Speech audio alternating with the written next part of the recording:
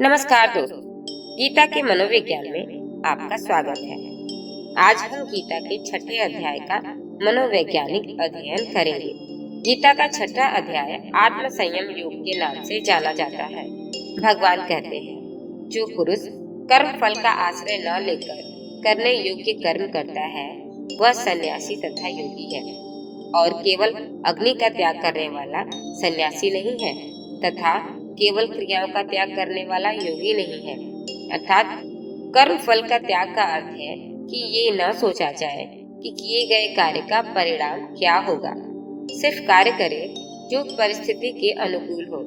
ऐसा कार्य करने वाला मनुष्य सन्यासी और योगी कहलाता है। भगवान कहते हैं कि अग्नि का त्याग करने वाला सन्यासी नहीं होता। अर्थात अग्नि का अर्थ भगवान सांसारिक क्रिया बताए हैं और क्रियाओं का त्याग योग नहीं है। इसका मतलब अपने कर्तव्य को त्यागने वाला योगी नहीं होता। मृत्यु लोक से सभी करने योग्य कार्य जिसके लिए प्रकृति ने हमें जन्म दिया है उसे करना ही धर्म है। केवल प्रकृति की इच्छा समझकर अपने द्वारा किए गए कार्य और उससे प्राप्त फल को प्रकृति का समझकर करने वाला योगी और सन्यासी होता है। प्रकृति या परमेश्वर दिए गए भोगों का उपभोग करने के बाद ही मनुष्य तृप्त हो सकता है, और तृप्ति के बाद ही उसकी स्थिति विकार रहित हो सकती है। तृप्ति के पश्चात उसके लिए मिट्टी और सोने में कोई भेद नहीं हो सकता। ऐसा मनुष्य सब में एकमात्र समान भाव से परमात्मा देख सकता है। ऐसा मनुष्य ही श्रेष्ठ होता है। ऐसा मनुष्य ध्यान द्वारा अपने अंतःकरण की शुद्धि करके परमेश्वर द्वारा निर्धारित आचरण करता है, यानी ब्रह्म जैसा आचरण। ऐसा आचरण करने वाला ही ब्रह्मचारी कहलाता है। अपनी आंतरिक चेतना के अनुरूप कार्य के लिए किसी संकल्प की जरूरत नहीं होती है। उससे कोई संघर्ष या दुख भी नहीं मिलता है।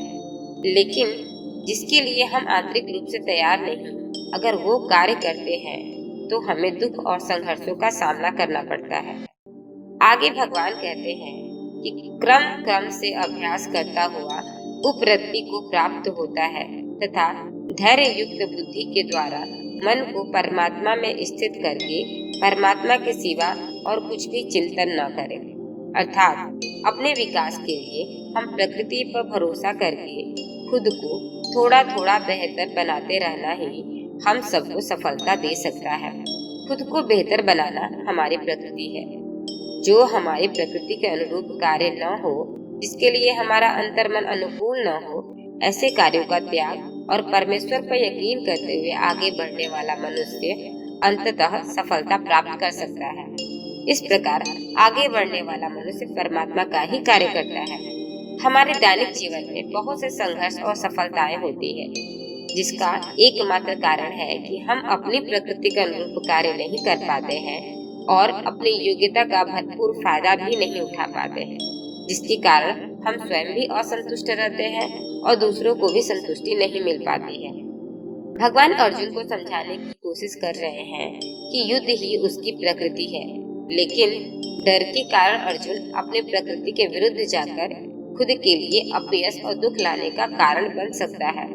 अर्जुन खुद को नहीं समझा पाता कि उसका अंतर्मन युद्ध ही चाहता है और अपनी मन की चंचलता को भांपता हुआ भगवान से कहता है कि हे मधुसूदन, जो यह योग आपने समभाव से कहा है, मन के चंचल होने से मैं इसकी नित्य स्थिति को नहीं देखता हूँ, क्योंकि हे श्री कृष्ण, यह मन बड़ा चंचल प्रथमन स्वभाव वाला, बड़ा दृढ़ और बलवान है।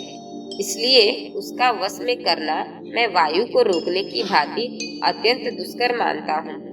अर्थात अर्जुन कहते हैं कि अपने अंतर मन को समझना अत्यंत मुश्किल होता है, क्योंकि हमारी बुद्धि बहुत चंचल है और बाहरी प्रभाव जब होता है तो अंतर मन की बातें धूमिल हो जाती हैं। तब भगवान कहते हैं, हे महाबाहो, निसंदेह मन चंचल और कठिनता से वश में होने वाला नहीं है।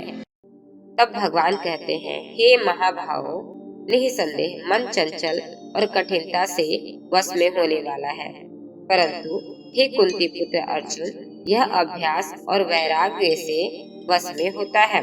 भगवान समझाते हैं कि नित्य ध्यान द्वारा अपनी अंतर चेतना से परिचय होने के बाद यह जाना जाता है कि हमारी मूल प्रकृति क्या है।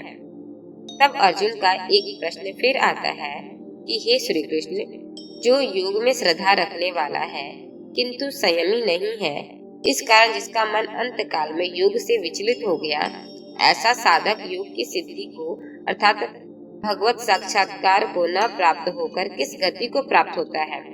अर्थात अर्जुन जानना चाहते हैं कि अगर अपने आप को संयमी करने की कोशिश के बाद भी कोई सफल नहीं हो पाता क्योंकि वह पूर्ण रूप से अपनी अंतरात्मा से नहीं जुड़ पाता, तो क्या उसकी कोशिश बेकार हो जाती है। तब भगवान समझाते हैं कि कोशिशें कभी बेकार नहीं होती, क्योंकि उसके द्वारा किए गए कोशिशों का भी उसके आसपास असर होता है, जिसके कारण उसकी कोशिशें किसी और रूप में यानी किसी और लोग द्वारा स्थानांतरित हो जाती हैं। इसलिए अर्जुन अपनी चेतना की आवाज सुनो और उत्तम कार्य करो। जो अंतरात्मा को सुनता है वही परमात्मा का कार्य है। परमात्मा हमेशा सर्वश्रेष्ठ होता है। गीता के 6ठे अध्याय में इतना ही। तब तक के लिए धन्यवाद।